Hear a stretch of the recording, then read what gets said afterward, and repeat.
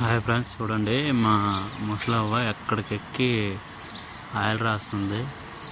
1 2 3 4 floor centering మీద oil రాస్తుంది. ఒక్క నిమిషం వెళ్ళి మాట్లాడదాం.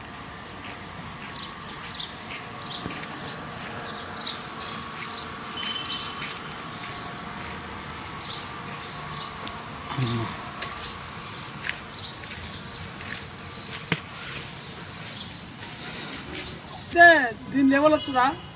దేని లెవెల్? ఈ స్లాబ్ లెవెలా?